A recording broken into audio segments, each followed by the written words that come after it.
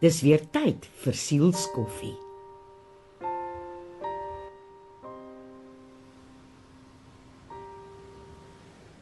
Het jy al ooit daaraan gedink dat jy nooit alleen is nie? Ons sê so maklik goed soos ek voel so eensaam en alleen, of ek het nie 'n maat nie. Dis 'n blaatante leuen, want nie ek of jy is ooit alleen nie. Eerstens is God altyd by ons. Al kan ons hom nie fisies sien nie, hy beloof ons dit in sy woord. Maar ek wil vandag praat oor jou. Jy self is altyd in jou eie geselskap. Van die dag van jou geboorte tot die dag van jou dood.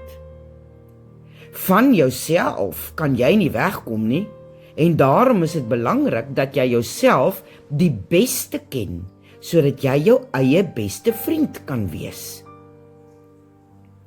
Dit is nogal hektiek as jy so daaraan dink, hè? Gewoonlik is ons self die laaste een waaraan ons dink wanneer dit by verhoudinge kom. Dit mag dalk vir jou snaaks klink, maar besef jy hoe belangrik dit is dat jy van jouself moet hou, aangesien jy altyd in jou eie geselskap is. Jy kan nie eers badkamer toe gaan sonder jouself nie. Jy weet hoe erg dit is om tyd saam met iemand te moet spandeer van wie jy glad nie hou nie.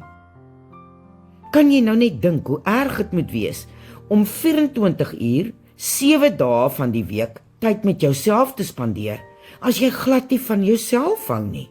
O, deksels, ek kan jou verseker, jy's in vir groot moeilikheid as dit so is. Jy het nodig om van jouself te hou.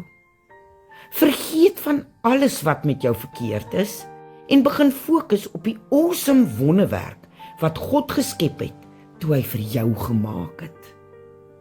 Hy het soveel mooi in jou belê waarvan jy nog nie eers die helfte ontdek het nie. Ons gee vandag soveel autoriteit aan 'n spieël, want hoe ons vir onsself daarin lyk, bepaal ons identiteit. Hoekom vergeet ons dan van ons eie autoriteit wat deur God vir ons gegee is? Ek wil jou uitdaag om op 'n journey te gaan saam met Jesus, op reis, en jouself beter te leer ken. Jou goeie eienskappe en jou slegte eienskappe, en saam met die Heilige Gees te bepaal aan watter eienskappe van jouself jy aandag wil gee en te leer om meer van jouself te hou. Moet nooit opgee op jouself nie, want God gee nooit op jou nie. Hy wil hê dat ek en jy ons volle potensiaal ontdek deur die pad saam met hom te stap. Jy mag dalk vra, hoeveel mag ek van myself hou? Of is dit dan nie sonde om te veel van myself te hou nie?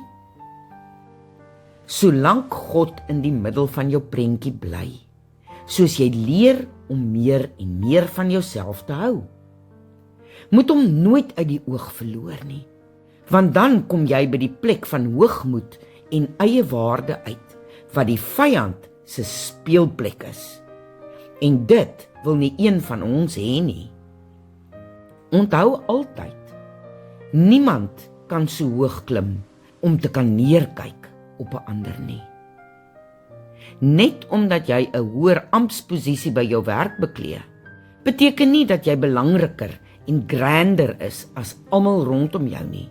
Nee, jy bly eerste 'n kind van God, nes almal rondom jou. So ja, ek en jy mag van onsself hou, en dit is God se wens vir ons elkeen. Solank ons hom die middelpunt van ons selfliefde maak, sal ons vryheid ervaar, wat geen een daar buite sal kan verander nie, en sal ons uitkom by die beste weergawe van onsself. Leer om van jouself te hou. God wil dit vir jou hê. Lief vir julle. Tot volgende keer.